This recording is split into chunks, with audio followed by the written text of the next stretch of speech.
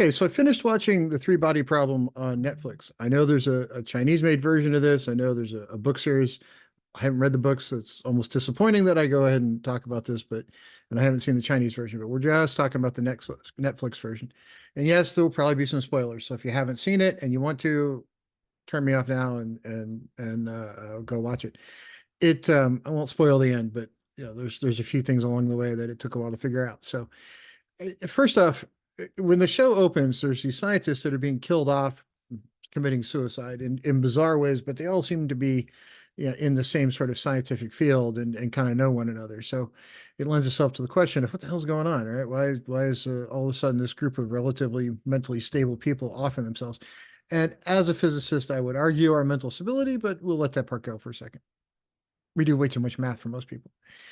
Um, so it kind of lends the question, what the hell's going on, right? So the police investigators get involved, intelligence services get involved, all kinds of things go on, and they start looking at video feeds of what might have happened when somebody committed suicide, or video feeds of other things, and they realize that there's definitely something goofy with those video feeds because there's something that appears to be missing. And one of the ways they uncover that is, somebody gets their cigarette lighter goes bad. They're trying to light a cigarette. Their cigarette gets lit, and you can see the cigarette get lit, but you can't see the person on video that's lighting their cigarette. So first thing I was thinking was interdimensionality, maybe something along those lines, curved space time, silly things like that.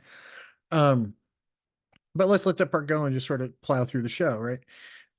We know that something that's going on. We know that it involves aliens. Now, and it brings up a bunch of philosophical questions, and that's kind of what I wanted to talk about.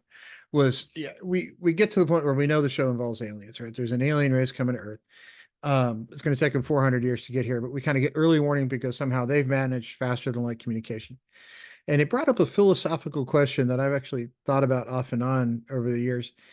Um, do people interpret a massively advanced alien race, should one come to Earth, as beings from another planet, or do we interpret it as a god because they could do all this crap we can't do? We can't explain it, so it must be God, right? It must be supernatural because we're the smartest ever. Maybe not, right? Maybe there's people that have been, maybe there's species that have been out there for billions of years longer than we have, and they just happen to master more than we have. It's an interesting question to think about sometimes. They can communicate faster than light, but they also communicate directly into your neurons. So it eliminates the possibility for dishonesty, right? Because they can actually see what you're thinking. That's kind of a problem for some people, right? You can imagine a world where, there was a political debate going on and the two people running for office, could actually have, us, the voting public, see what's going on in their brain instead of what they're actually saying. What would that actually be like, right? So that was sort of my first thought. And I like fiction that makes you think. I love, these sort of stories that actually make you sit back and go, huh, I wonder. And that's one of the reasons I really like sci-fi, is it makes you do that. This one actually did that quite a lot for me. Um, but the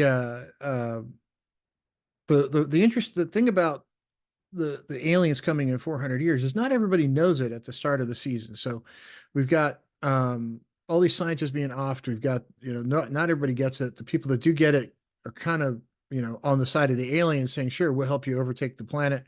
So of course we call in scientists, and then there's all these neat science tricks that you have to go dig into. And one of those were these things called nanofibers. And as somebody who's worked in nanofibers, I actually have worked with these things called carbon nanotubes and nanofibers and a few other things. But they're really fascinating little structures that can really do a lot of really cool stuff.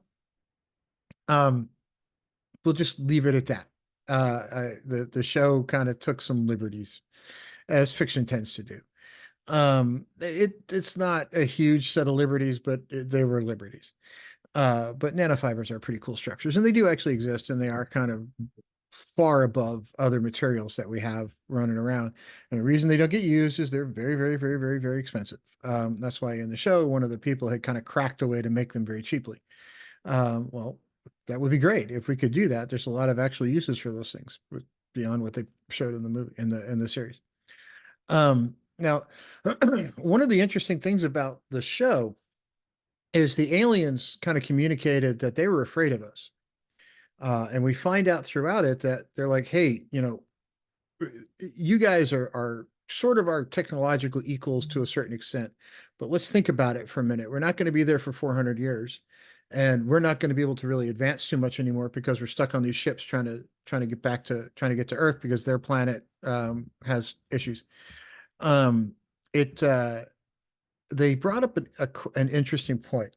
It took hundreds of thousands of years for humans to go from hunter-gatherers to farmers. It took tens of thousands of years to go from farmers to industrialization. It took hundreds of years to go from industrialization to the information age. It took less than 100 years for us to go from Wright brothers to the moon. And if you look at the dawn of the information age to now, it's less than 100 years. And in the 1940s, when computers first became a thing, it said the whole entire planet would need, sort of five of these things ever. I think there's five in this room, right? And that's not counting cloud computing and all the other stuff we have access to today. So we have accelerated our method of changing technology to the point where if you think back just to like 1994, which was just 30 years ago, people would just started to hear about the internet. And now the internet has closed down stores that we didn't think would ever be closed down. Sears, Kmart, Circuit City. You go down the list of things that have just been put out of business by the internet. And it's been a revolution across 30 years. And most of that has come in the last 15 to 20. Blockbuster's gone in favor of streaming. You've got, all sorts of things that just vaporize as a result of the internet from a business perspective. And we're continuing that acceleration. And now that we're into AI, we kind of had the information age, and instead of going for hundreds or thousands of years, the information age existed for sort of tens to 100. And now we've entered solidly the AI age. And are we down to where that exists or where that accelerates through the AI age in tens of years, or is it down to 100 single digit years, right? So remember, hundreds of thousands of years to go from hunter gatherers to farmers, thousands of years to go farmers to industrialization and machines, machines to computers, computers to internet, internet to where we are now, AI to so that time keeps shrinking. And that brings it to an interesting question that I've asked myself, and I work with AI, is every time there's a shift in how we do things economically, there's a displacement of people who have jobs and where they go. And normally, okay, I hear the argument already. We'll just learn how to do new things. Okay, got it. But normally that takes place over hundreds of years or tens of years, or at least has time. So it's like here's a small switch and a gradual change. This ain't gradual. This is, normally it's 5-10 years before a new set of technology is ready, and we can kind of see it coming. This stuff's going to be ready to start replacing people like in like now. Right? So it's just a matter of what do we do next? What's our economics look like? And are we really ready for that? And the show kind of hinted at that. And that's an interesting and kind of scary thing to think about. I do want to point out one thing that the show got into, and somebody I know offline um, would told me, "Oh, there's no way a spaceship could be powered by nuclear weapons." Actually, that was studied back in the 60s. They kind of covered it in the show where it was originally thought of before that, but there was a legitimate serious study done. I think it's called Project Orion, where they dug into it and said, yeah, you really could power a ship with nuclear weapons. You could power a spaceship with it. And the reason was, well, at the time in the 60s, when they did that study, they were just sending sort of things the size of a phone booth, if anybody remembers what those are, into space, or a very small, very, very, very small car, like a two-seater car. They'd send those up into space, or a five-seater car, send those up into space. And that was it. There was no space for anything. Now we can kind of get a space shuttle up there, which is not as big as you think. Those are all retired, and we're back to capsules that are not terribly large. And the reason is we're using rocket propellant to do that. And it takes a lot of propellant to get something up in there because the amount of energy available in the chemical that throws the rocket up is not very high. But if you use a nuclear weapon, you can do one of two things. You can either get something going very, very quickly, or you can get a much larger thing into space. And that was worked out in the 60s. It was never done for obvious reasons, but it would technically work. I have no doubt about the fact that you could get that to work. It's just a matter of, do you really want to blow up that many nukes? So the show really it has a little bit of a pacing issue in a couple of episodes, but across the 8 episodes, it's one of those sci-fi shows that to me really makes you think, and it makes you think about things a little bit differently than normally you would. And it doesn't really force feed an answer to you. It just kind of says, hey, look, technology is changing faster than ever. And you guys in the next 400 years are going to be aware, right? So let's think about Earth in the last 150 years, or humanity in the last 150 years. We've gone from not being able to fly to what we can do today. We've gone from not having computers to what we can do today. What's it look like?